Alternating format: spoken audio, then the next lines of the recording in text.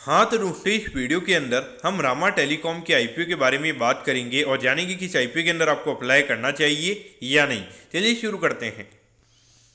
तो देखिए, सबसे पहले हम ये जानेंगे कि ये कंपनी क्या काम करती है। ये जो कंपनी है 2004 में ये कंपनी स्टार्ट हुई, यानी कि ऑलमोस्ट अगर हम बात करेंगे तो अराउंड 20 to 21 ईयर्स ये कंपनी को स्टार्ट हुए हो चुके हैं। तो देखिए, ये जो कंपनी है, ये कंपनी के अगर हम बिजनेस मॉडल के बारे में अगर हम बात करेंगे तो जो ऑप्टिकल फाइबर्स होती है वो ये कंपनी में यहाँ पे लगाती हुई नजर आती है, और उसके रिगार्डिंग जो भी यहाँ पे मेंटेनेंस की सर्विसेज है वो ये कंपनी में यहाँ पे प्रोवाइड करवाती हुई नजर आती है।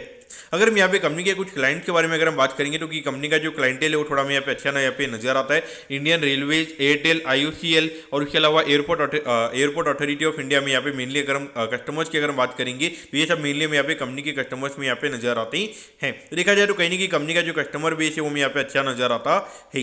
करंटली अगर हम कंपनी के नंबर ऑफ एम्प्लॉइज की अगर हम बात करेंगे तो अराउंड 40 एम्प्लॉइज हमें यहाँ पे कंपनी के अंदर काम करते हुए नजर आते हैं, और ये पिछले साल का सितंबर 30 के लगभग का डेटा है, यानी कि ऑलमोस्ट 9 से 10 महीने पहले का डेटा। अगर यहाँ पे कंपनी में अगर और ग्रोथ आई होगी तो वहाँ पे कहीं ना कहीं कंपनी का जो एम्प्लॉय काउंट है वो यहाँ पे और बढ़ता हुआ नजर आया होगा।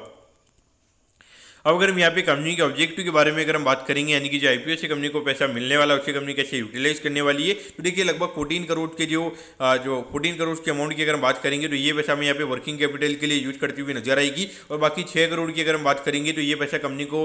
थोड़ा कैपेक्स वगैरह, यानी कि आई थिंक थोड़ा कुछ इक्विपमेंट वगैरह कंपनी को बाय करना होगा, तो उसके रिगार्डिंग ये कंपनी में यहाँ पे यूज करती हुई नजर आएगी। और बाकी अगर हम बात करेंगे तो आईपीओ के रिगार्डिंग जो एक्सपेंसिस यहाँ पे कंपनी को लगने वाले तो उसके रिगार्डिंग ये फंड में यहाँ पे यूटिलाइज होता हुआ नजर आएगा।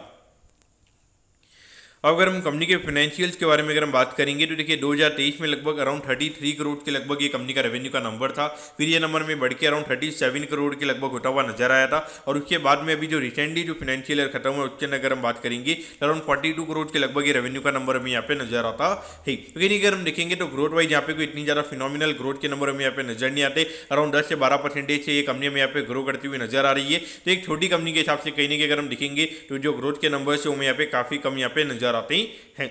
अगर हम प्रॉफिटेबिलिटी की बात करेंगे तो यहाँ पे 2023 में हार्डली 1 करोड़ 8 लाख के लगभग ये कंपनी का प्रॉफिट का नंबर था, जबकि करंटली अगर हम देखेंगे तो लगभग यहाँ पे 5.5 करोड़ के लगभग का प्रॉफिट हमें यहाँ पे नजर आता है। लेकिन फिर भी अगर हम देखेंगे तो पिछले फाइनेंशियल ईयर के कंपेरिजन में कोई इतना ज़्यादा हमें यहाँ पे रेवेन्यू ग्रोथ देखने को नहीं मिला है। लेकिन अगर हम प्रॉफिटेबिलिटी की बात करेंगे तो ऑलमोस्ट यहाँ पे डबल से भी ज़्यादा यहाँ पे कंपनी ने अपने प्रॉफिट को यहाँ पे दिखाया है। तो कहीं नहीं कि देखा जाए तो जब कंपनी का आईपीओ आता है, जब एकदम से इतना ज़्यादा अगर हमको मार्जिन एक्सपेंशन अगर हमको देखने को मिलता है तो कहीं ना कहीं वहाँ पे थोड़ा आपको कॉशियस वे में उसको देखना चाहिए।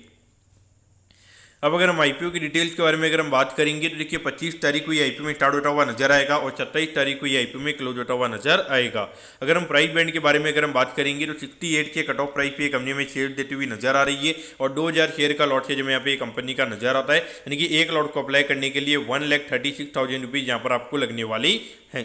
अगर हम यहाँ पे आईपीओ के टोटल इश्यू साइज की अगर हम बात करेंगे तो लगभग 25 करोड़ 13 लाख के लगभग का आईपीओ का इश्यू साइज हमें यहाँ पे नजर आता है। इसमें से अराउंड 1 करोड़ 26 लाख के लगभग की अगर हम बात करेंगे तो ये शेयर हमें मार्केट मेकर के पास में जाते हुए नजर आएंगे, और जबकि पब्लिक की अगर हम बात करेंगे तो अराउंड 23 करोड़ 87 लाख के लगभग के जो शेयर है हमें यहाँ पे पब्लिक के पास में जाते हुए नजर आएंगे, और इसमें से भी अराउंड लगभग 50% के लगभग के जो शेयर है वो हमें यहाँ पे रिटेल के पास में जाते हुए नजर आएंगे, यानी कि लगभग 11-12 करोड़ के जो शेयर वो हमें यहाँ पे रिटेल पब्लिक के पास में जाते हुए नजर आएंगे। तो कहीं ना कहीं देखा जाए ये बहुत बड़ा थोड़ा नेगेटिव पॉइंट हमें यहाँ पे नजर आता है, क्योंकि जो ऑलमोस्ट मेजॉरिटी ऑफ जो कंपनी के शेयर्स है वो यहाँ पे कहीं ना कहीं रिटेल के पास में जाते हुए नजर आएंगे।